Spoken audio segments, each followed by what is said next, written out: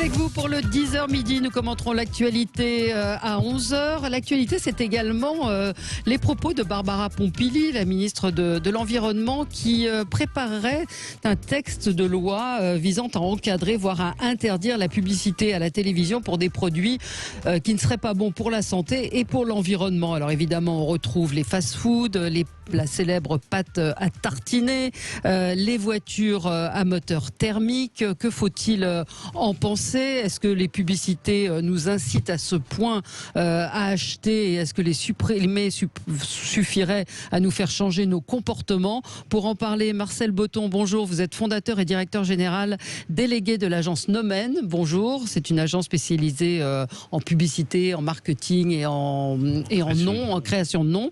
Et puis Serge Erkberg, bonjour. Bonjour. Vous êtes médecin, chercheur en épidémiologie, vous êtes en épidémiologie et nutrition, et vous êtes l'inventeur du Nutri-Score. Alors c'est peut-être vers le nutritionniste que je vais me tourner en premier. Qu'est-ce que vous pensez de cette proposition qui fait partie également de la Convention citoyenne, hein ? Écoutez, c'est une très bonne chose sur le plan de la santé publique. Déjà depuis de nombreuses décennies, les acteurs de santé publique réclament une régulation de la publicité, puisque la publicité pousse et incite à consommer des aliments qui ne sont pas favorables sur le plan nutritionnel, qu'on ne souhaite pas interdire du tout les aliments eux-mêmes, mais dont on souhaite interdire ou limiter leur promotion. Mais c'est pas un petit peu hypocrite ? Puisque ces produits sont en vente libre, pourquoi ne pas accepter la promotion ?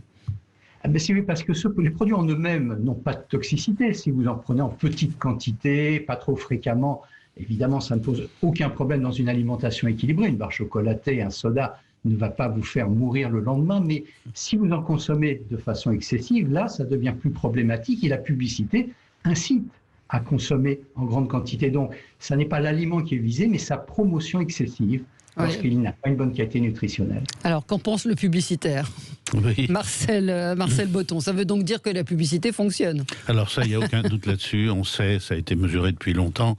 On sait que ça marche. Il y a eu une époque où on enseignait dans les écoles de marketing une citation d'un distributeur qui s'appelait Wanamaker et qui disait la moitié de la pub que je fais ne sert à rien, mais je ne sais pas quelle moitié. Aujourd'hui, on sait mesurer, on sait que la pub ça marche. Donc les propos de M. Erkberg sont pertinents. Quand on fait de la pub pour des produits nocifs, disons, c'est efficace, ça les fait vendre. Bon. Ouais.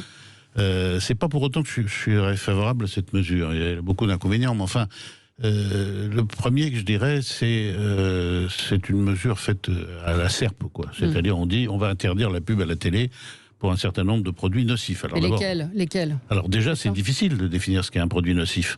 Le sucre est nocif, le sucre raffiné est nocif, mais du sucre, il y en a partout. Bon. Est-ce qu'on va interdire aussi la pub pour le sucre lui-même, par exemple ? Donc c'est la mesure qui a été conçue par la Convention citoyenne est un peu à l'emporte-pièce, je dirais. Donc il faudrait chercher des mesures un petit peu plus raffinées. Et d'ailleurs, on voit les réactions, notamment des chaînes de publicité, pour qui c'est une des ressources. Les réactions sont très vives, évidemment. Oui, mais entre la santé publique et l'argent, par exemple sur le service public, on pourrait imaginer que le service public, dans sa mission, je ne sais pas ce que vous en pensez, Serge Erkberg, décide effectivement de supprimer. Mais alors, où ça commence et où ça s'arrête ? C'est quoi les produits nocifs pour la santé ? On vous a entendu ce qui vient d'être dit. Est-ce qu'on interdit le sucre ? Est-ce que le jambon, dans lequel il y a aussi du sucre, enfin il y a des produits sur lesquels c'est difficile d'intervenir. Vous avez une idée, vous précise, des produits qu'il faudrait interdire de publicité ? Oui, on a l'avantage aujourd'hui d'être capable de caractériser la qualité nutritionnelle globale d'un aliment, parce que c'est pas que le sucre, c'est le gras, le sel, puis il y a des éléments positifs qu'il faut prendre en considération s'il y a des fibres, si dans la recette il y a des fruits et légumes. Donc on dispose aujourd'hui d'outils, et le Nutri-Score en est un, puisqu'il caractérise de A à E 5 catégories de qualité nutritionnelle, de la moins favorable à la plus favorable. Donc l'idée, c'est de proposer une réglementation de la publicité qui n'interdit pas toute publicité, mais qui interdit la publicité pour des aliments qui sont mal classés par le Nutri-Score, c'est-à-dire D et E, qui veut dire que ce sont des produits qui sont gras, sucrés, salés, avec peu de fibres, peu de protéines, peu d'éléments favorables. Donc on a les moyens de réguler aujourd'hui. Oui, alors je vais chercher peut-être la petite bête, mais on a vu que par exemple le tabac, l'alcool ont été interdits de publicité à la télévision, et on a vu qu'il y avait des promotions alternatives qui se sont mises en place et qui étaient parfois encore plus efficaces peut-être que la télévision. Alors peut-être que là-dessus vous pouvez répondre. Effectivement. Alors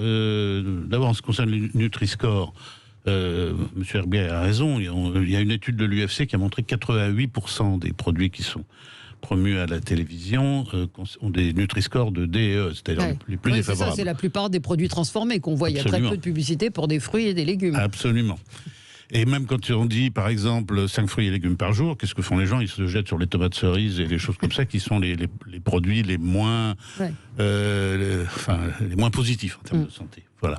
Alors, cela étant, est-ce qu'on peut imaginer des solutions un petit peu plus subtiles, je dirais. Alors, je vous en suggère une, par exemple, qui est de dire, plutôt que d'interdire la publicité à ce type de produits, imposons-leur, mais c'est valable pour ces produits, mais même pour d'autres, imposons-leur une publicité qu'on pourrait qualifier, par exemple, de complète, sincère et loyale. Bon. Ce serait le cahier des charges. Vous pouvez faire de la publicité tant que vous voulez, mais il faut qu'elle soit sincère, complète et loyale. Complète. Ce qui n'est pas le cas. Ah ben non, bien sûr. La publicité n'est pas sincère et loyale. Ah ben non. Qu'est-ce que c'est la publicité? Et c'est quoi complète, sincère et loyale? Ce serait quoi? Parce que vous avez les petits bandeaux défilants qui vous disent attention, le gras, le sucre, etc.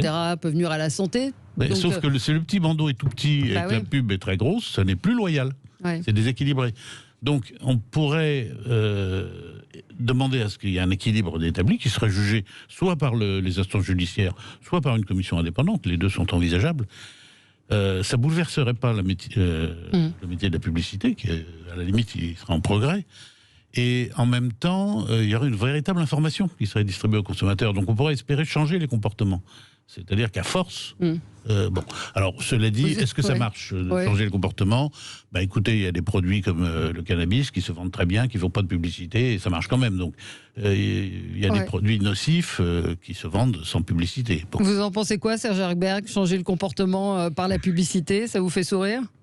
Ce qui me fait sourire, c'est un petit peu ce que propose M. Boton, parce que c'est ce qui existe depuis une vingtaine d'années. Les industriels signent des chartes d'engagement avec plus de loyauté, une meilleure complétude sur l'information, et ça ne marche absolument pas. La preuve, c'est qu'au niveau européen, il y a un engagement international. Au niveau français, le CSA et l'ancien bureau de vérification de la publicité, la RPP, a proposé une charte qui est signée par un certain nombre d'industriels et qui ne fonctionne absolument pas. La preuve, c'est ce que vous avez dit, 88% encore aujourd'hui, malgré la signature de cette charte, des produits qui sont vantés dans le cadre de la publicité, sont des produits qui sont défavorables sur le plan nutritionnel. Donc non, on sait que l'autorégulation, les engagements ne fonctionnent pas. D'ailleurs, l'Organisation mondiale de la santé, la Cour des comptes en France, le Haut Conseil de la santé publique, l'Agence nationale de santé publique ont parfaitement bien démontré avec des travaux que l'autorégulation ne marche pas et qu'il faut passer à une réglementation qui soit claire et qui ne soit pas punitive, puisqu'on peut quand même faire de la publicité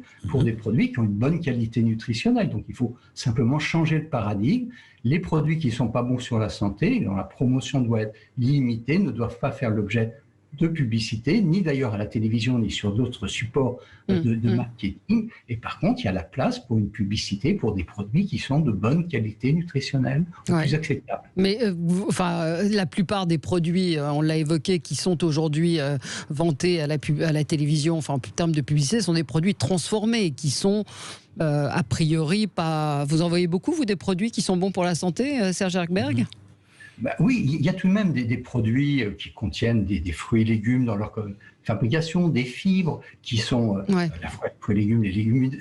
Il faut, si on veut modifier les comportements, il faut soutenir ces produits-là. Si on veut les faire consommer, notamment par les enfants, la publicité peut aider. Donc l'idée, vous voyez, c'est d'interdire la publicité pour des aliments dont on ne veut pas faire la promotion, et au contraire, inciter les adultes, mais surtout les enfants, à consommer des aliments de bonne qualité nutritionnelle qui font peut-être pas partie a priori de l'éventail de ce qui les intéresse en tout premier lieu. Donc la publicité peut avoir un rôle proactif dans ce sens. Marcel Botton. C'est ce que disait Jacques Chirac quand il disait manger des pommes. Manger des pommes, voilà. Bon, c'est une façon de promouvoir des produits simples, non transformés. Alors vous dites l'autorégulation ne marche pas. Bah oui, bien sûr. Si c'est les fabricants eux-mêmes qui définissent les règles, je suis d'accord avec vous, ça ne fonctionnera pas. Donc il faut qu'il y ait une véritable sanction. C'est-à-dire que si la publicité doit être loyale et sincère, il faut qu'il y ait quelqu'un qui puisse en juger. Mais quelqu'un d'extérieur, pas la profession elle-même. Et là, la menace serait quand même très sérieuse, parce qu'il y aurait des sanctions pécuniaires, des sanctions civiles notamment.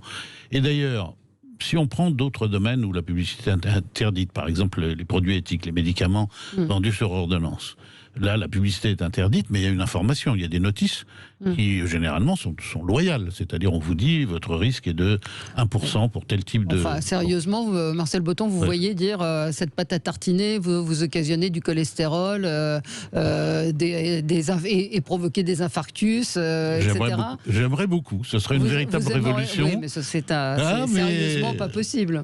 Écoutez, les entreprises commencent à y venir. Elles sont de plus en plus, par exemple, les entreprises à mission, maintenant, ont une vocation autre que de faire du profit. Elles commencent à se donner des objectifs d'intérêt collectif. Donc, c'est pas une utopie. Je pense que c'est possible à terme. Serge Erikberg, est-ce que on ne prend pas les choses par le petit bout de la lorgnette quand on voit qu'il y a de plus en plus de jeunes qui sont obèses, 17% des jeunes touchés par l'obésité, un enfant sur 6 est en surpoids ou obèse. D'ailleurs, je rappelle que l'UFC Que Choisir s'associe à lancer une pétition pour interdire les publicités, en particulier à destination des enfants.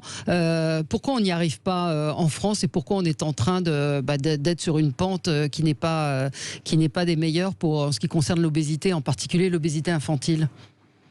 Parce que si vous voulez, c'est problématique. L'obésité, c'est une maladie multifactorielle. Donc, on connaît bien maintenant les facteurs qui interviennent sur le risque d'obésité et on sait les mesures qu'il faut mettre en place.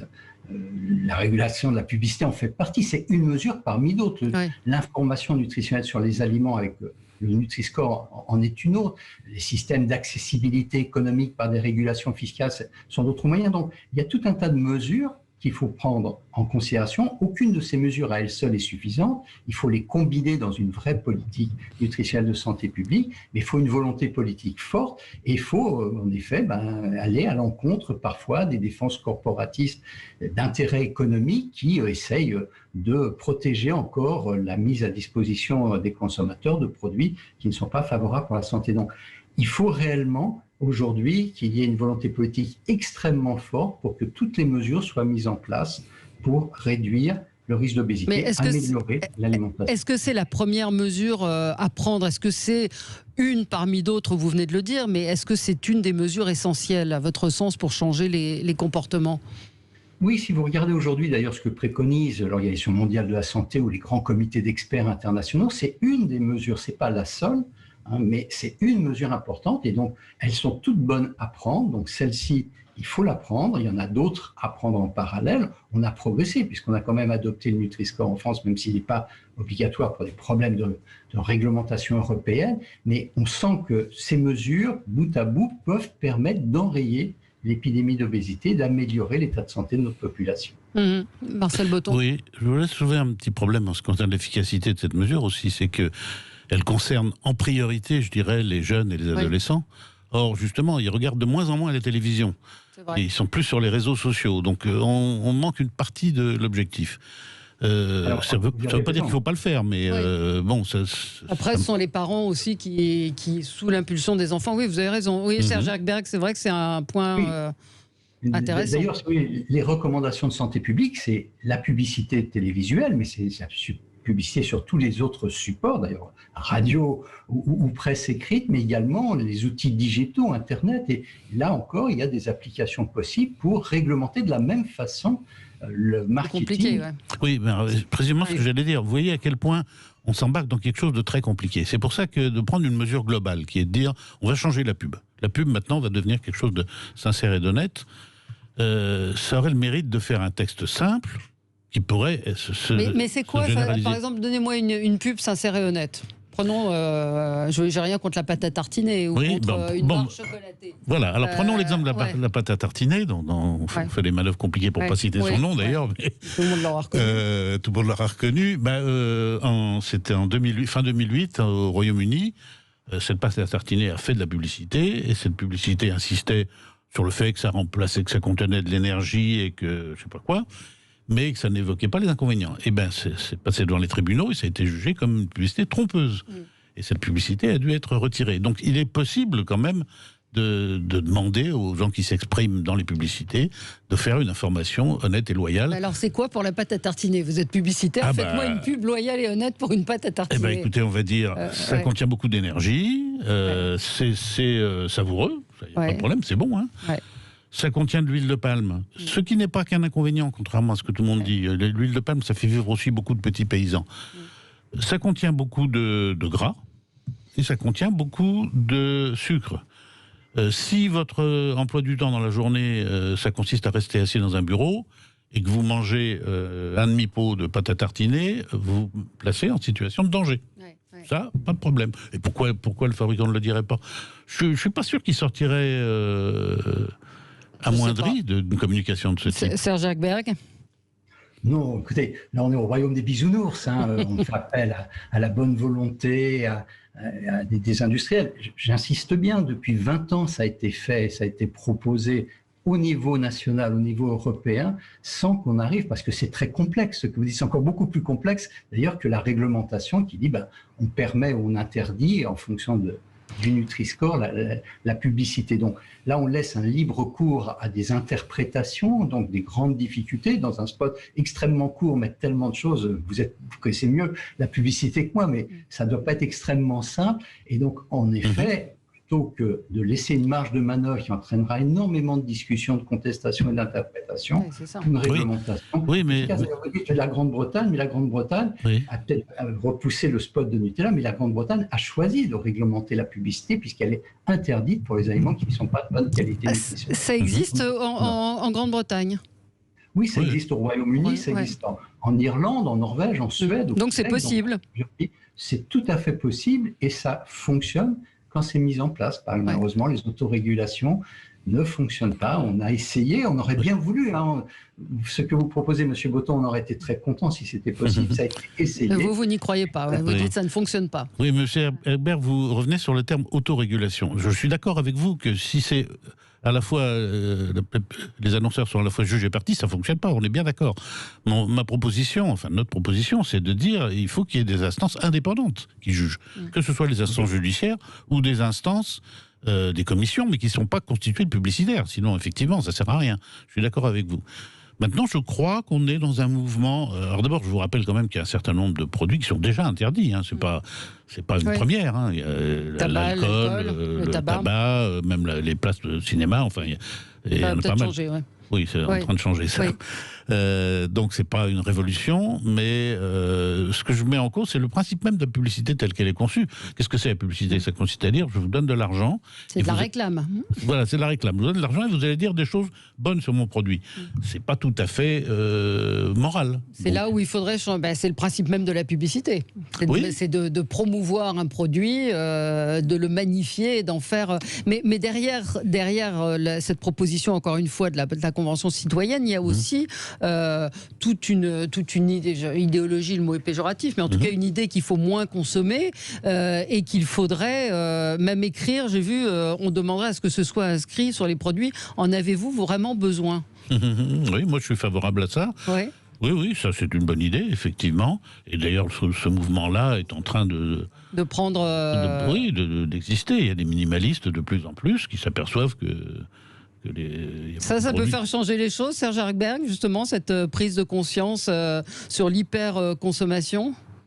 Alors, sans aucun doute, c'est un élément de la problématique. Il n'est pas suffisant parce qu'il faut quand même éclairer le consommateur. C'est extrêmement difficile de savoir, quand on voit un produit, s'il est favorable ou défavorable sur le plan nutritionnel. Donc, il faut d'un côté éclairer par une information qui soit simple, compréhensible, facilement intégrable, et puis il faut tout de même, parce que là on parle quand même des enfants en grande majorité, qui ont peut-être plus de difficultés de recul pour interpréter des concepts complexes comme ceux que vous soulevez. Il faut plutôt les protéger en évitant une exposition trop forte à des produits. Et on sait que ça marche très bien. Vous le disiez, M. Boton, la publicité. Il y a beaucoup d'études qui montrent parfaitement bien l'impact sur la consommation, même pendant les passages télévisés, et ensuite donc, sur les achats, les comportements alimentaires.